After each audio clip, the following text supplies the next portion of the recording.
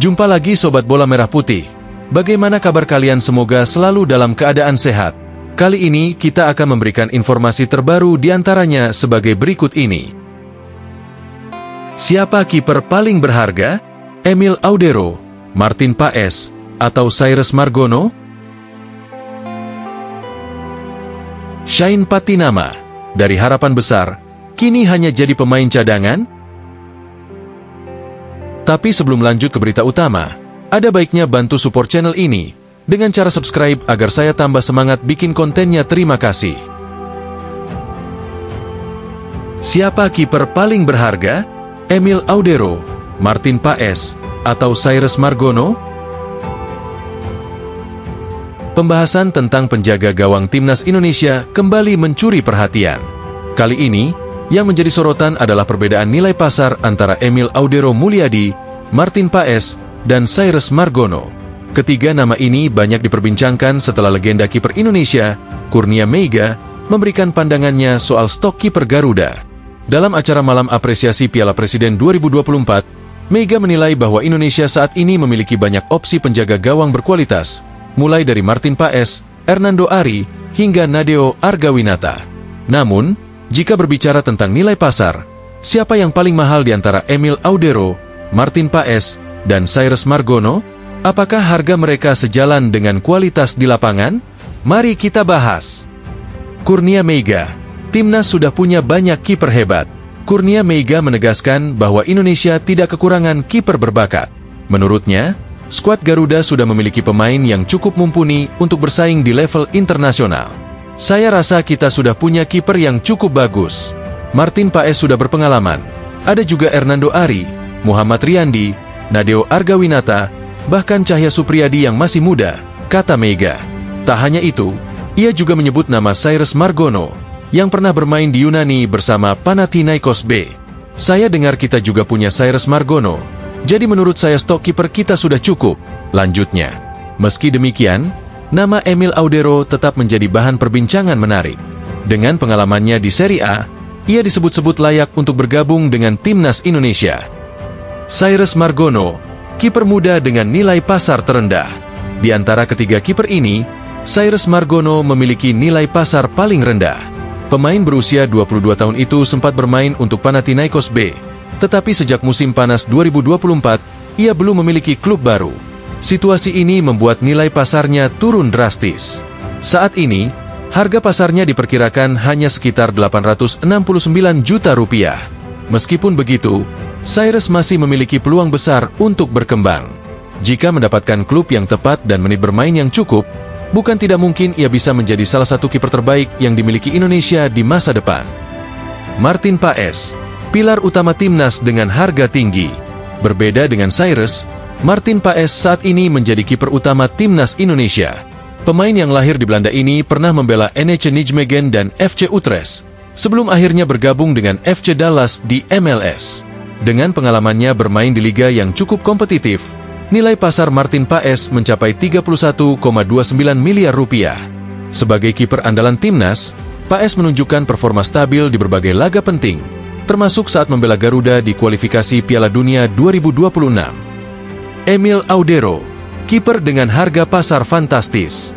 Di antara ketiga kiper, Emil Audero Mulyadi memiliki nilai pasar tertinggi. Saat ini, bandrolnya mencapai 86,91 miliar rupiah, menjadikannya salah satu pemain Indonesia dengan harga pasar termahal. Apa yang membuat Emil begitu mahal? Jawabannya ada pada pengalaman dan level kompetisi yang ia jalani. Sejak awal karir, ia sudah bermain di klub-klub besar Italia, mulai dari Juventus, Venezia, Sampdoria, Inter Milan, hingga Como 1907. Berkompetisi di Serie A, Emil Audero telah menghadapi penyerang-penyerang kelas dunia. Hal inilah yang membuat nilai pasarnya sangat tinggi dibandingkan dua kiper lainnya. Siapa yang paling layak jadi kiper utama timnas Indonesia? Jika berbicara soal harga pasar dan pengalaman, Emil Audero berada di level tertinggi. Namun, untuk posisi kiper utama di timnas Indonesia saat ini, Martin Paes masih menjadi pilihan utama. Sementara itu, Cyrus Margono masih butuh menit bermain lebih banyak untuk membuktikan bahwa ia pantas bersaing dengan dua nama lainnya. Sekarang, semua keputusan ada di tangan PSSI dan tim pelatih. Siapa yang akan jadi pilihan utama timnas Indonesia dalam beberapa tahun ke depan? Yang jelas, persaingan semakin ketat, dan Indonesia kini memiliki banyak pilihan berkualitas di bawah mistar gawang. Shane Patinama, dari harapan besar, kini hanya jadi pemain cadangan? Ketika pertama kali resmi menjadi warga negara Indonesia pada 24 Januari 2023, Shane Patinama digadang-gadang sebagai bek kiri masa depan timnas Indonesia. Pengalamannya bermain di Eropa membuat banyak pihak yakin bahwa ia bisa memberikan kontribusi besar bagi skuad Garuda. Namun, seiring berjalannya waktu, kenyataan berkata lain. Shane kini mulai kehilangan tempatnya di timnas Indonesia, bahkan lebih sering duduk di bangku cadangan. Kedatangan pemain-pemain baru hasil naturalisasi membuat persaingan semakin ketat, dan Shane tampaknya belum bisa kembali ke posisi utama. Persaingan ketat di bek kiri, Shane mulai terpinggirkan. Sejak bergabung dengan timnas, Shane awalnya menjadi andalan di sektor kiri pertahanan. Namun, situasi mulai berubah setelah kedatangan Kelvin Verdonk, pemain keturunan Belanda yang memiliki pengalaman bermain di Eredivisie. Verdonk langsung menunjukkan kelasnya sejak debut pada 6 September 2024 melawan Arab Saudi. Permainannya yang solid dan konsisten membuat Shin Tae-yong lebih mempercayainya sebagai bek kiri utama. Bahkan, ketika Verdonk tidak dimainkan, posisi tersebut lebih sering dipercayakan kepada Pratama Arhan. Meski secara pengalaman kalah dari Shane, keunggulan Arhan dalam lemparan ke dalam yang mematikan membuatnya tetap menjadi pilihan dalam beberapa pertandingan. Sejak Piala Asia 2023, peran Shane di timnas mulai berkurang drastis. Dalam 6 laga kualifikasi Piala Dunia 2026, ia hanya bermain di 3 pertandingan, itu pun sebagian besar sebagai pemain pengganti. Pada laga terakhir melawan Arab Saudi, Shane baru masuk di menit-menit akhir pertandingan, menandakan bahwa ia bukan lagi pilihan utama di timnas Indonesia. Karir klub tidak lebih baik, KAS Eupen degradasi. Bukan hanya di timnas, nasib Shane di level klub juga tidak menggembirakan.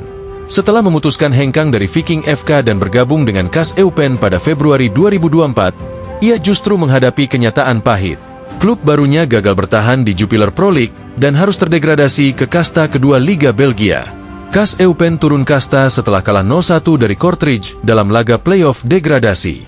Kekalahan ini memastikan bahwa mereka harus meninggalkan kompetisi teratas setelah 8 tahun bertahan. Dalam pernyataan resmi klub, KAS Eupen mengakui bahwa mereka tidak mampu memenuhi target untuk tetap bertahan di Liga Utama Belgia.